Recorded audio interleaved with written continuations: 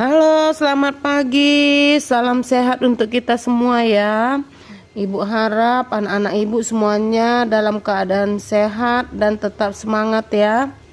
Pertemuan kita kali ini kita akan membahas tentang unsur-unsur cerita. Unsur-unsur dalam cerita ini terbagi dalam dua bagian, yaitu unsur intrinsik cerita dan unsur ekstrinsik cerita. Unsur intrinsik cerita ini yaitu unsur-unsur yang membangun suatu cerita atau karya sastra. Untuk pertemuan kita kali ini kita akan membahas tentang unsur intrinsik saja ya. Kita batasi tentang unsur intrinsik cerita, di mana unsur intrinsik cerita itu terdiri dari tema, tokoh, watak, latar, alur, amanat, konflik, dan klimaks. Yang paling sering kita bahas nantinya adalah tentang tema, tokoh, watak, latar, alur, dan amanat. Nah, satu-satu ibu jelaskan ya. Unsur intrinsik cerita itu yang pertama itu kan tema. Tema itu adalah inti tentang suatu cerita, inti yang akan diceritakan. Isi dari cerita itu tentang apa? Sudah, yang berikutnya itu adalah tokoh. Tokoh atau pelaku dalam cerita.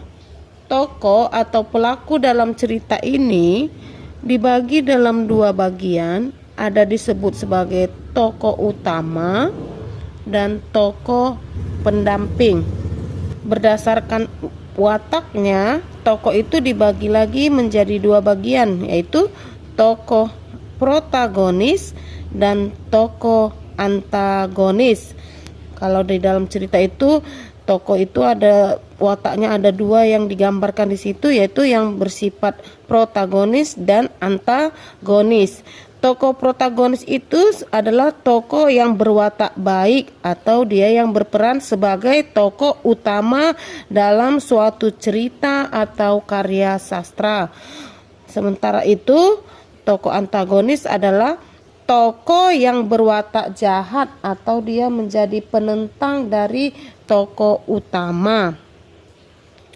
Yang berikutnya ada disebut dengan watak. Watak itu adalah karakter ataupun sifat dari tokoh cerita. Kemudian yang berikutnya adalah latar. Latar itu adalah segala keterangan ataupun petunjuk yang berkaitan dengan tempat, waktu, ataupun suasana cerita.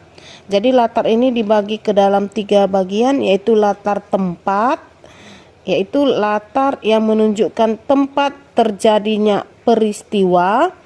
Kemudian latar waktu, yaitu waktu yang menunjukkan terjadinya peristiwa itu.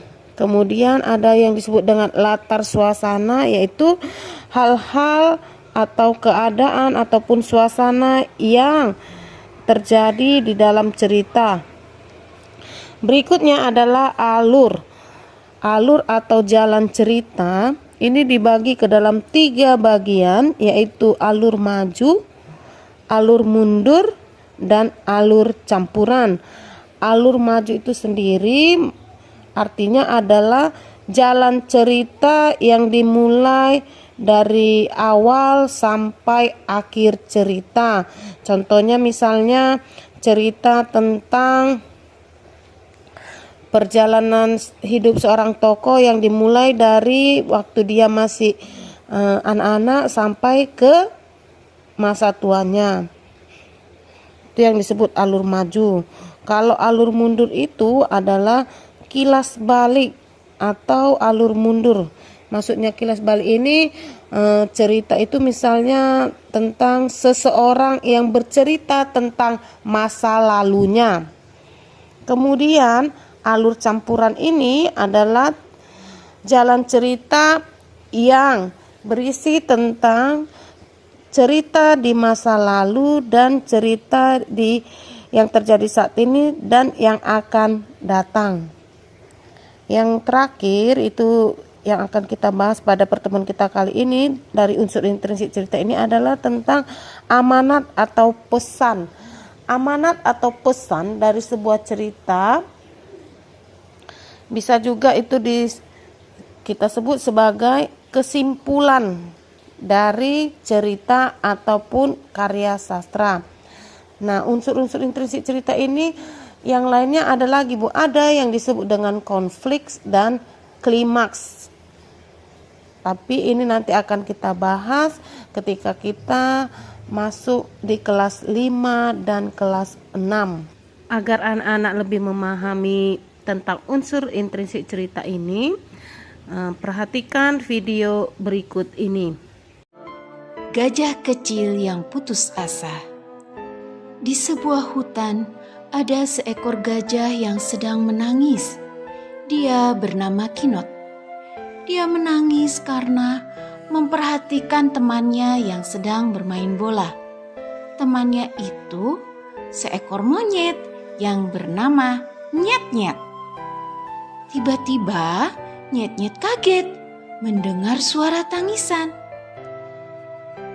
"Hei, kamu kenapa menangis?" Kinot menjawab,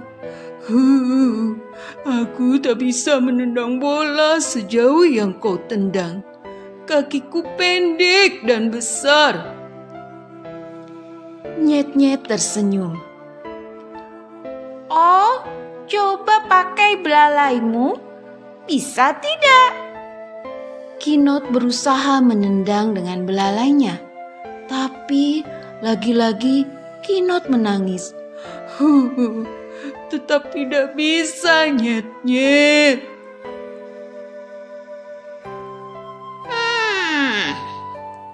Nyet-Nyet terus berpikir untuk membantu Kinot.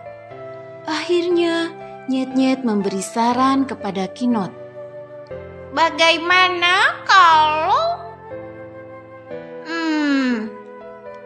bolanya kamu pegang pakai belalai, lalu kamu kenakan di salah satu telingamu.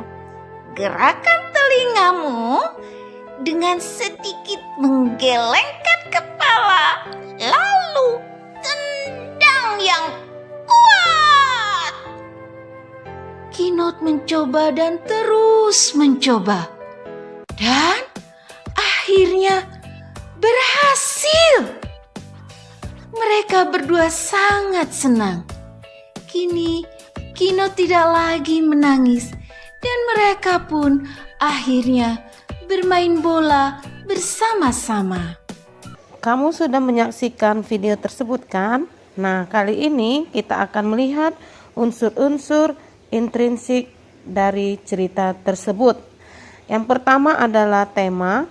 Tema dari cerita tersebut adalah gajah yang putus asa karena tidak bisa menendang bola. Berikutnya, amanat. Amanat dalam cerita tersebut, tidak boleh putus asa, selalu ada jalan keluar jika berusaha. Sedangkan latar tempat di dalam cerita itu adalah di hutan.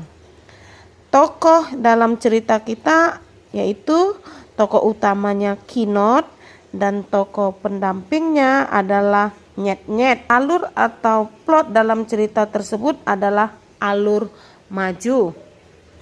Nah, dalam unsur intrinsik yang kita bahas itu, apa kira-kira yang belum kita bahas di situ? Ya, betul, tentang watak tokohnya. Sebagai tugas anak-anak ibu, dilengkapi tentang watak dari Kinot dan Nyet-Nyet. Perhatikan videonya dan tuliskan ya bagaimana watak dari tokoh cerita kita kali ini. Demikian materi kita hari ini. Sampai bertemu kembali dalam video berikutnya.